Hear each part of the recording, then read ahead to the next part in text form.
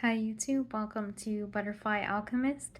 Today I'll be talking about the eternal student in loving rebellion. And this is in honor of my late grandmother, Rachel, Teta Rachel in Arabic, who passed away 10 years ago.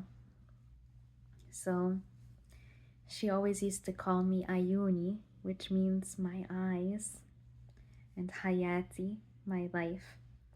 So my grandmother left a major void in our family when she passed. She was the linchpin for us. And if I'm honest, even 10 years later, we don't gather the same way we used to when she was here. And we all feel the void still. And honestly, I always will, because I've never met anyone like my grandmother, Rachel, Teta Rachel, again. And if I had to express who she was in one phrase, I really feel she was an eternal student in loving rebellion. And I'll explain what that means and how it guides my life and how I hope it guides your life moving forward. So, first, to give background on my grandmother was born in Egypt, and she was born at a time where there was very common conventions of how women were, how they thought, and she was always breaking convention.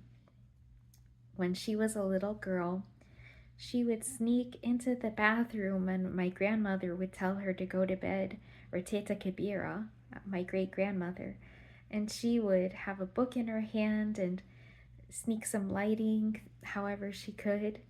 And she just loved to learn, and she would just always had a book in her hand all her life into her 80s.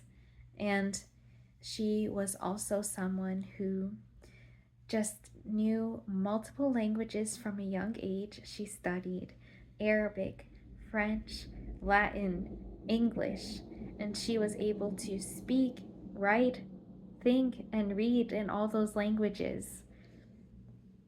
She was also just a general Rolodex of knowledge. She was able to cook banquets for family and guests, literally banquets. She would make tables and tables of food on her own and had the dedication to spend hours in front of the oven for all of us. And she would host priests and community friends and just was always so open hearted and so giving. And she was definitely also rebellious. She did not feel she had to marry young, whereas most Arabic women in the time did. She was single up till nearly her mid 30s and was very content that way. And she was tutoring and supporting uh, her mother and siblings, so she was a breadwinner for her family as well due to difficult circumstances.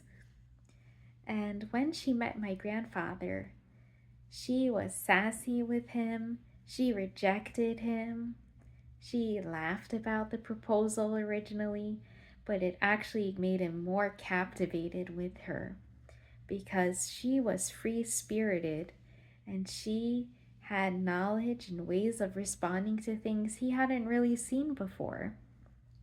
And at one point, when they were falling in love, he said some things that irritated her, and rather than acting out or being losing her composure, she had a pot of little fruit plate of apples next to her, and she just took each apple and just chewed it and looked at him, and it was like she was saying through her eyes, "Really, really?" And he just started laughing, um, because there was also a sweetness to her sassiness as well, but she definitely had a sassy streak as well, and it just made him more in love.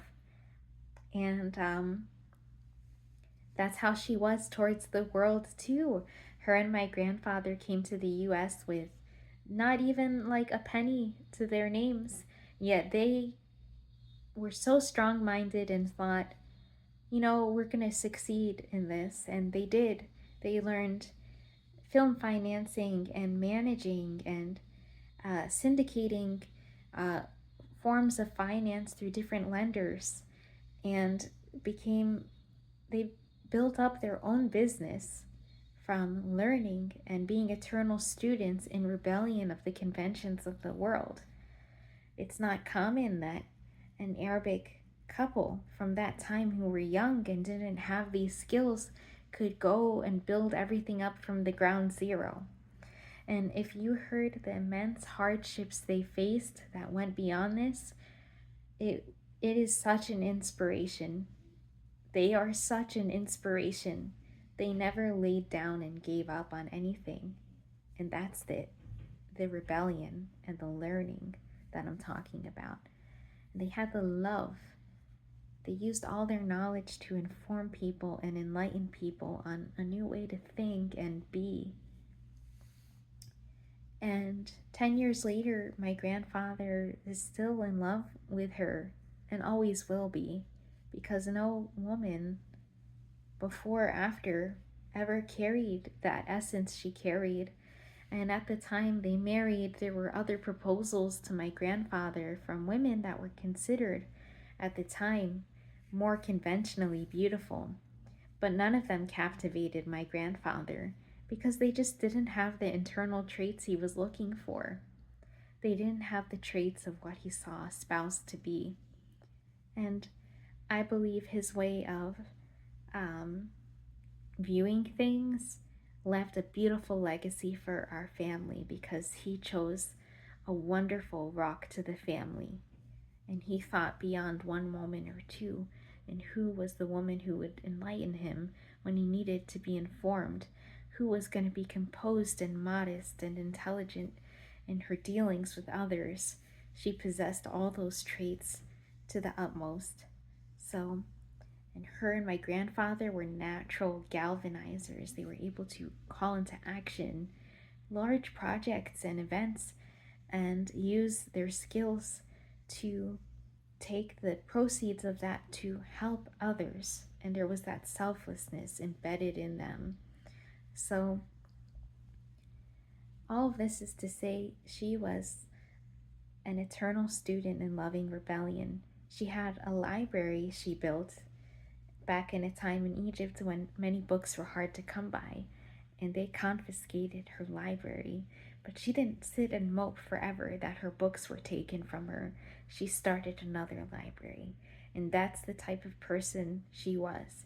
And her and my grandfather always thought on contingencies. They would say, "We hope for A, but we have B, C, D, and E planned out too as plausible outcomes. And we are prepared and thoughtful for any of those outcomes in a way that helps the family." And they were always thinking on leaving a legacy for their loved ones. And that's how I believe we should all be. If we're working to build a foundation, it really shouldn't be so much about us. It should be about our loved ones and securing things for our loved ones. And when we all think like that and become selfless and think on securing things for others in this world, it benefits society.